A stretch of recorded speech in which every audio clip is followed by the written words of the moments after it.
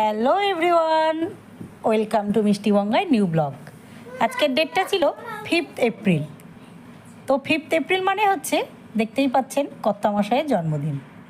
তো তাই জন্য মিষ্টি বঙ্গাইয়ের ঠাকুরদাদা মিষ্টি বঙ্গাইয়ের বাবাকে আশীর্বাদ করছে। তো এই যে আশীর্বাদ করা হলো ধানদব্য দিয়ে, প্রদীপের শিখা দিয়ে, যেটা বাঙালি বাড়িতে সর্বদা হয়ে থাকে।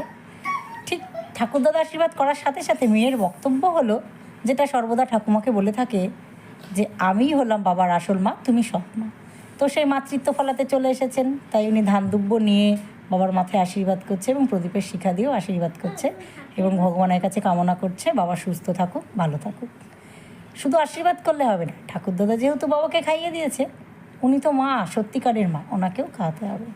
বাবাও বেশ মেয়ের হাতে আনন্দ সহকারেই খাচ্ছে। ছেলে ছোট, তাই সে এখনও বলতে শেখেনি, তাই সে চুপটি করে ভদ্র ছেলে হয়ে বাবার কোলে বসে সব কিছু দেখছে। সামনের বছর দেখবেন সেও দিদির সঙ্গে সমান তালে পাঙ্গা দিয়েছে।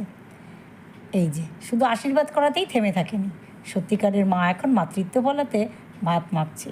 বেশ সমস্ত রকম টুকিটাকি খাবার দিয়ে একসঙ্গে ভাত মেখে বাবাকে খাইয়ে দেবে। বাবা তো অবাক, তার সাথে সাথে খুশিও, যে মেয়ে সত্যিই দেখতে দেখতে বড় হয়ে গেছে। এই যে মেয়ে এখন বাবাকে খাইয়ে দিল। বাবার জীবনে হয়তো এটাই সবথেকে শ্রেষ্ঠ পাওয়া, যে মেয়ে বড় হয়ে গেছে, বাবার জন্মদিনে মেয়ে বাবাকে খাইয়ে দিচ্ছে। বাবাও তাই মেয়েকে একটা তার পছন্দের খাবার দিল। তো মিষ্টির বাবা কখনোই জন্মদিনটা করে না, এবার মেয়ের আবদারে বাধ্য হয়ে খুব ঘরোয়া, খুব ছোট্টভাবে আমাদের এই চারজন, তার সাথে ঠাকুরদাদা, এই নিয়েই হলো।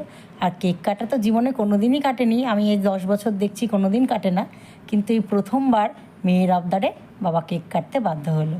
এই যে বাবা, অর্থাৎ মিষ্টির বাবা, মিষ্টির ঠাকুরদাদা, মিষ্টি আর মিষ্টির ভাই, তারা একসাথে কেক কাটলো এবং আমি সেই খুব ভালো মুহূর্তটাকে আপনাদের সবার সঙ্গে শেয়ার করার চেষ্টা করলাম।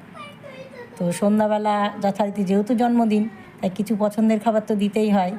তো চেষ্টা করলাম তার পছন্দের কিছু টুকিটাকি খাবার সন্ধ্যাবেলা স্ন্যাক্স হিসেবে তার সামনে হাজির করার, এবং করলাম।